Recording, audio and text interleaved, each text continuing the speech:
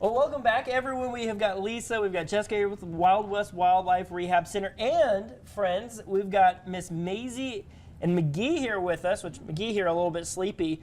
Tell us about your critters you brought with us. We got snakes and skunks here on the second cup desk. I gotta say, Maisie made me a little nervous at first, but she's kind of a sweetie. She's You're kind of doing nice. fantastic. Yeah, this is Maisie. She's our corn snake. Okay. We use her for education to teach the kiddos about some of the snakes you can find here in our area, how to identify those, and how to be safe if you find them out in the wild.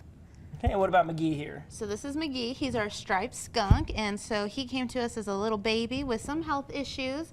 He has an autoimmune disease that makes him unreleasable, but we use him also for education to teach the kids and what to look for and how to interact with these animals in the wild safely, or to give us a call. So. Well, of course, which is always a great thing to do. So let's talk about a corn snake real quick, because, you know, I think snakes around here, I think, you know, your rattlesnakes, I think your bull snakes. I don't really know much outside of that. Usually I see snake, I think, stay away. Yes. But tell us about corn snakes, and like I said, because they can be important to the you know, the Absolutely. ecosystem. These snakes are great at controlling the rodent population, and Okay. since they're non-venomous, they are harmless to humans, and so it's great to have these kind of snakes around, for sure. And what about with, you know, McGee here? Of course, on the rodent side here with a skunk. I mean, of course, like I said, everybody thinks skunks, they're going to stink.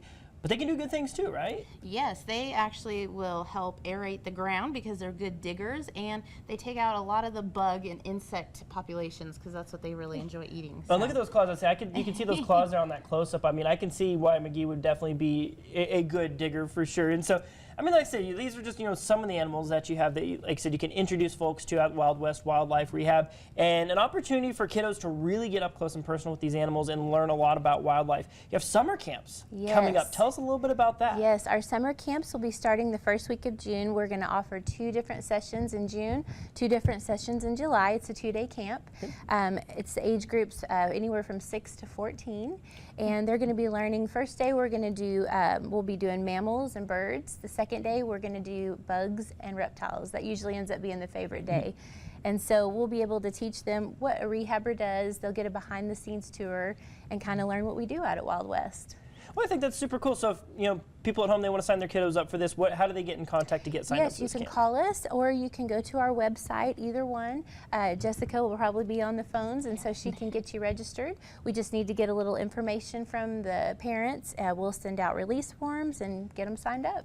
All right, perfect. Well, I think that's going to be a great way for kiddos to spend their summer for sure. And, you know, we talked when, you know, we visited with Stephanie before, and you get kind of different side of everything, where maybe you get sometimes people, they see the snakes and they want to get rid of them, or maybe they see a cute baby animal, like baby wild animal, and they want to keep it as a pet or anything like that. Why is it so important to educate the public about how to properly interact with wildlife here in the Panhandle? Well, one thing, it is illegal to keep our native wildlife as pets here in the state of Texas. And another thing is we want to teach the public, you know, when do you intervene, when do you get involved, when do you call us if an animal is in need. And so we like to teach the kiddos when is a wild animal okay to be on its own, things like that. So we'll be able to teach them a little bit about behind the scenes and how do we raise the animals, how do we get them ready for release, where do we release them, and so it's a lot of fun. They'll love it. Sounds like it's a lot of fun for sure. And so Jessica, kind of what's your favorite part of, you know, really getting to educate the public and get to work with such great animals? Because like I said, you would never think, okay, getting to work with snakes and skunks and stuff like that, but I bet it's a fun job. Yeah, seeing their personalities is really, really fun. And again, kind of sharing that with the kiddos, especially during camp time. But it helps kind of build that relationship so they can see how to coexist with those animals, that they're not just big scary animals in the wild. There's a purpose for them. There's a reason we coexist, and we can do that and learn all kinds of wonderful things about these beautiful animals. Absolutely. And so with McGee here, so you have a skunk here in our second cup studio.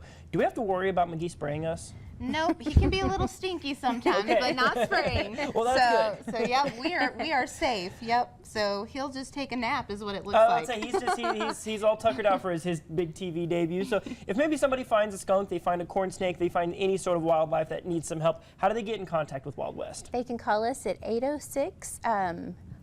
680-2483. Yep, you Yes. can call us anytime, any time of day, any day at all, and we will respond and be able to help you with your wildlife. Yep. All right, awesome. Well, thank you so much for coming and visiting with us this morning. Of course, bringing Maisie and McGee here with you, doing some really cool stuff here in Amarillo. So appreciate y'all coming this morning. Yes, thanks for having us. Thank you. Yes, of course. And when we come back here in a little bit, we're going to be talking about some new things here on Second Cup, things you don't want to miss. We've got more when we come back.